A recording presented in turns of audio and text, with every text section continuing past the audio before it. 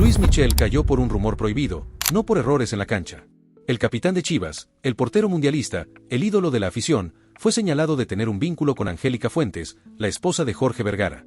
Esa sospecha, cierta o no, fue la bala que destrozó su carrera. No fueron los goles en contra, no fueron las lesiones, fue un chisme de vestidor que lo condenó. De héroe pasó a incómodo. De líder pasó a estorbo. Y hoy vamos a contarte cómo el portero que parecía tener 7 vidas terminó sepultado por un rumor que nunca se probó.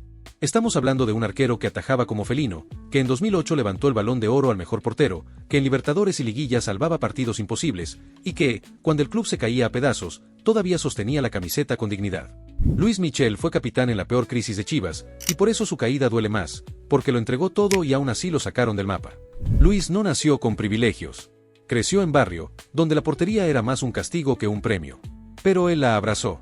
Tenía reflejos distintos, se tiraba en la calle como si estuviera en el Azteca. Cada balón que le disparaban era un aviso, este chavo iba para grande.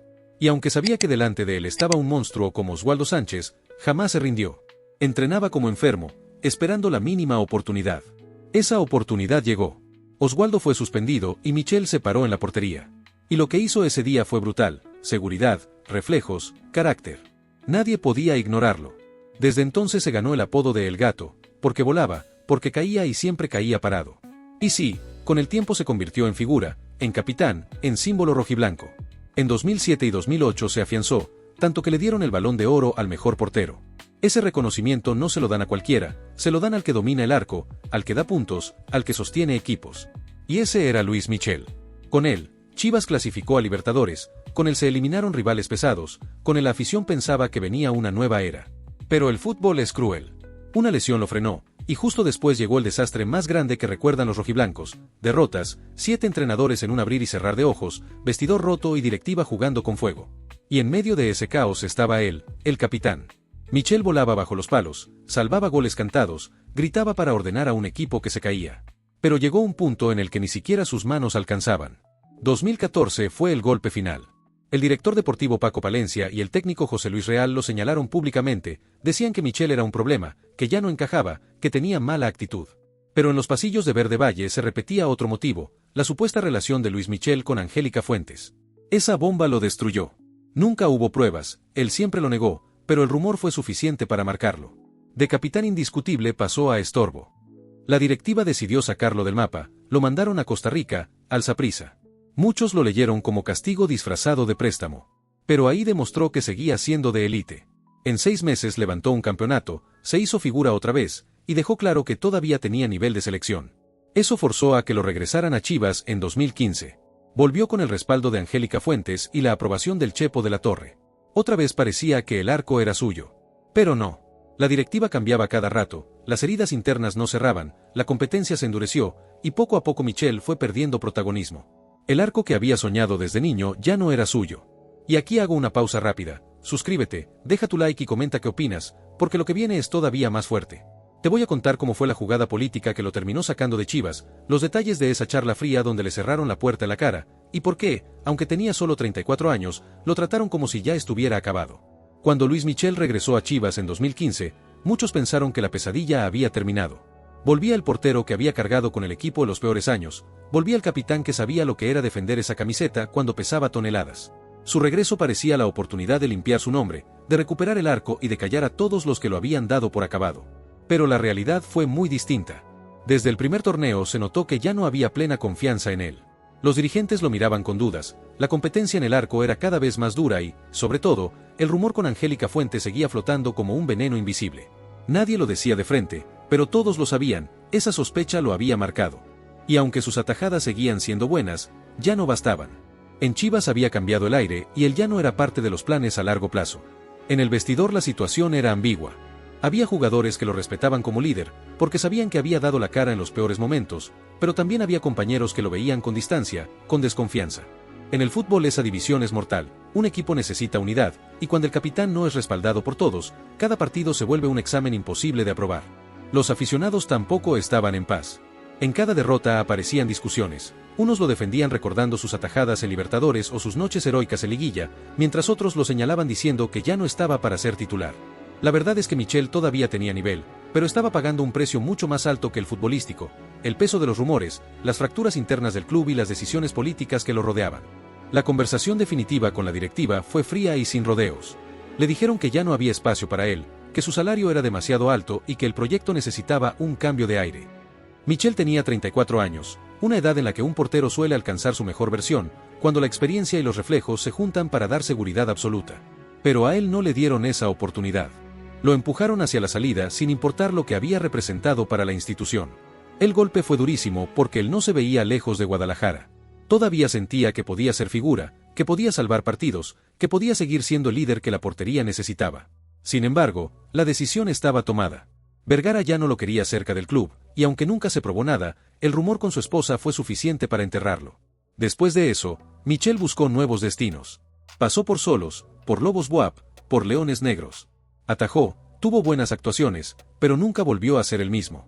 Ya no llevaba la cinta de capitán que lo hacía gigante, ya no tenía esa confianza plena que te da sentirte parte del corazón de un club. Y cuando un jugador pierde ese respaldo, aunque su nivel siga siendo alto, el aura desaparece. Se convierte en un portero correcto, no en el líder que cambia partidos. Lo más doloroso fue que, tras su salida, Chivas nunca volvió a encontrar estabilidad en la portería. Pasaron años buscando sustitutos, probando jóvenes, contratando refuerzos que no dieron el nivel. La afición se desesperaba porque lo que antes parecía seguro con Michel ahora era incertidumbre. Esa es la ironía, dejaron ir al portero que les dio estabilidad justo cuando más lo necesitaban. La mancha final fue la forma en que quedó en la memoria de muchos.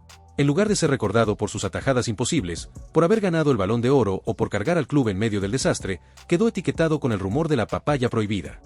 Un apodo injusto, nacido de un chisme nunca comprobado, pero que marcó para siempre su legado. Lo que realmente pasó dentro de Chivas fue más político que deportivo. Había directivos que lo querían defender, que sabían que todavía podía rendir, pero la orden venía de arriba. Y cuando Jorge Vergara tomaba una decisión, no había espacio para debatir. La carrera del capitán terminó no por falta de talento, sino porque en el tablero del poder ya no era una pieza útil. El rumor que derrumbó a Luis Michel no nació en la grada ni en la prensa, nació dentro de Chivas. En los pasillos, entre conversaciones en voz baja, alguien soltó la frase que lo cambió todo: Michel se lleva demasiado bien con Angélica Fuentes. Era solo un comentario, pero cayó como bomba. No hacía falta una prueba ni una foto, en un club dividido bastaba con sembrar la duda. Angélica no era cualquier persona. Era la esposa de Jorge Vergara y una de las mujeres con más poder en el fútbol mexicano. Tenía presencia, tenía influencia y tomaba decisiones. Su figura generaba respeto, pero también incomodidad. Y cuando el capitán del equipo fue vinculado a ella, aunque fuera solo un rumor, se encendieron todas las alarmas. El vestidor sintió el golpe de inmediato. Para algunos, Michel seguía siendo el líder que daba la cara, el portero que volaba bajo los palos y salvaba puntos. Para otros, se convirtió en alguien con protección especial, un compañero al que veían con ventaja. Y en un grupo donde la confianza lo es todo, esa percepción fue mortal. El respeto se agrietó. En la directiva, el rumor fue la excusa perfecta. El equipo estaba hundido en derrotas, los fichajes no funcionaban, los entrenadores duraban semanas, y necesitaban un culpable para desviar la atención. Señalar al capitán era la salida más fácil. En público dijeron que era por actitud y problemas internos, pero puertas adentro el tema era otro. La relación con Angélica se había convertido en la sombra que lo marcaba. La prensa ayudó a que todo explotara.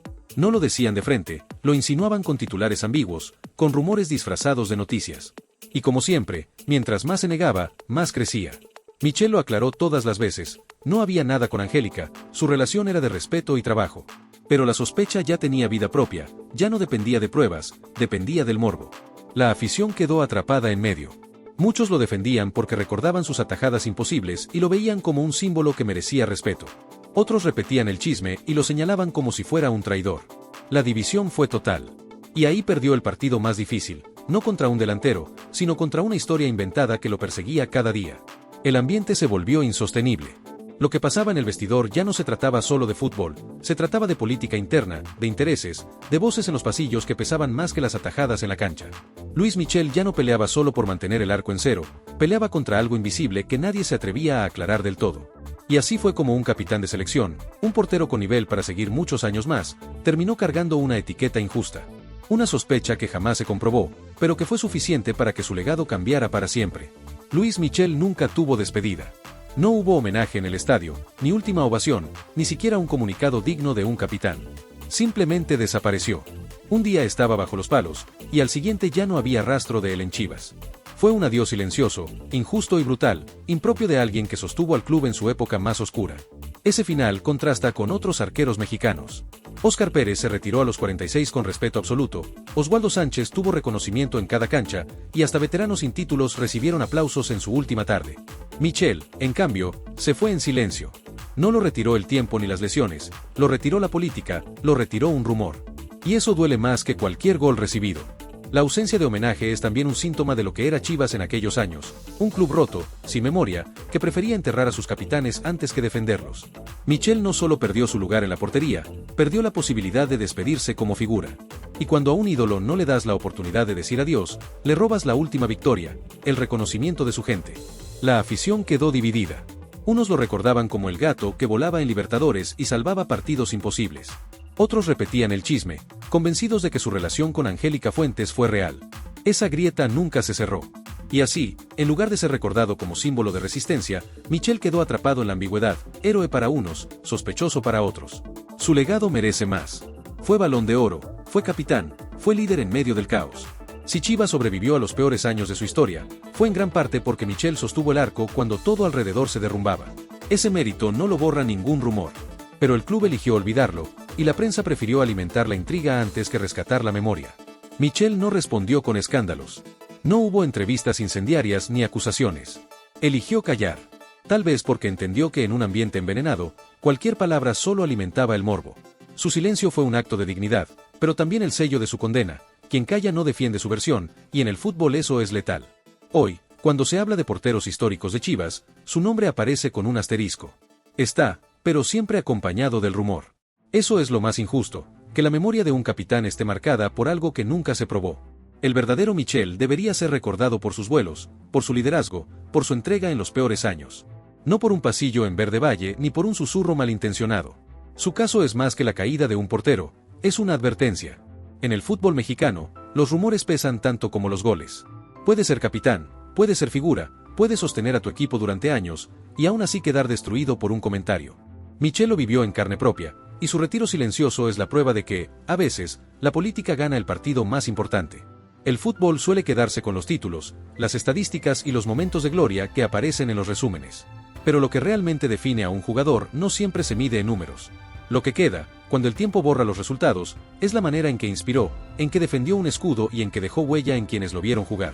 Y en ese terreno, el nombre de Luis Michel tiene un lugar especial.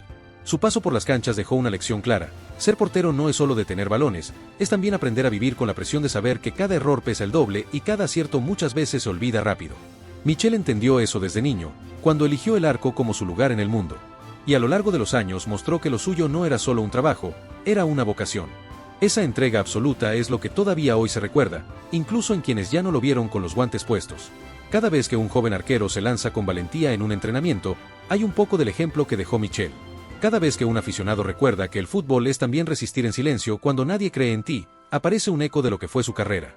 Porque más allá de polémicas, su mayor legado fue demostrar que se puede mantener la dignidad incluso cuando las circunstancias no son favorables. El fútbol mexicano ha tenido grandes figuras, pero pocas que representen con tanta claridad lo que significa la resiliencia. Michel mostró que un deportista puede reinventarse en cada etapa, que la disciplina puede ser más fuerte que cualquier rumor, y que un líder se mide no por lo que dice, sino por lo que hace. Y aunque muchas veces no recibió el reconocimiento que merecía, quienes lo vieron saben que cada partido suyo fue un recordatorio de que el arco se defiende con orgullo, no con excusas. La memoria colectiva suele ser injusta, rápida para olvidar lo bueno y lenta para dejar atrás lo malo. Pero el tiempo también tiene la virtud de acomodar las piezas. Y en ese acomodo, la figura de Michel empieza a verse con más claridad. Ya no como un hombre envuelto en dudas, sino como un portero que dio estabilidad en años turbulentos, como un capitán que mostró coraje en los días más difíciles y como un profesional que nunca faltó a su responsabilidad. Para muchos niños que crecieron viendo sus atajadas, él fue la inspiración que los llevó a ponerse unos guantes. Para los aficionados que vivieron su etapa en la portería, fue un símbolo de resistencia. Y para quienes lo conocieron de cerca, fue un hombre que se ganó el respeto con trabajo silencioso, sin necesidad de declaraciones ruidosas ni gestos vacíos. Ese es el recuerdo que sobrevive más allá de cualquier polémica. El verdadero legado de Michel no está en una vitrina, está en la manera en que todavía se habla de él en las calles, en los foros de aficionados y en las conversaciones entre amigos que recuerdan con nostalgia sus vuelos imposibles. Está en la imagen de un portero que nunca se dio por vencido, que siempre ofreció una respuesta, incluso cuando el equipo tambaleaba. Ese legado es intangible, pero profundo, y es lo que lo coloca como una figura que merece respeto. El tiempo dirá cómo quedará inscrito su nombre en la historia grande del club. Pero lo que nadie puede borrar es la sensación de que, con Michel, hubo un arquero que representó a toda una generación. Un guardián que demostró que ser portero no es solo estar bajo los palos, es cargar con la confianza de miles de personas y responder con carácter. Esa confianza la tuvo, y la honró, cada vez que se puso la camiseta. Hoy, hablar de Luis Michel es hablar de aprendizaje. Aprendizaje para los jugadores que vienen detrás, para los directivos que deberían cuidar a sus líderes, y para los aficionados que entienden que un verdadero capitán se mide en la entrega, no en los títulos. Es hablar de lo que significa resistir, aun cuando el viento sopla en contra. Y es también reconocer que, aunque su carrera no terminó como merecía, su ejemplo sigue vivo en cada portero que se atreve a soñar con volar. El fútbol tiene memoria corta, pero la gente no olvida del todo. Y en el recuerdo popular, Michel todavía aparece como ese arquero que se lanzaba como gato, que mostraba valentía cuando más se necesitaba y que nunca negoció el compromiso. Esa es la huella que ningún rumor puede borrar, y esa es la razón por la que su historia se seguirá contando. Ahora te pregunto, ¿cómo lo recuerdas tú? ¿Qué significa para ti su paso por la portería? Déjanos tu opinión en los comentarios, suscríbete al canal y activa la campanita, porque todavía quedan muchas historias como esta que merecen ser contadas. Y no olvides darle like al video, porque con tu apoyo seguimos rescatando las memorias que el fútbol no debería perder. Nos vemos en el próximo video.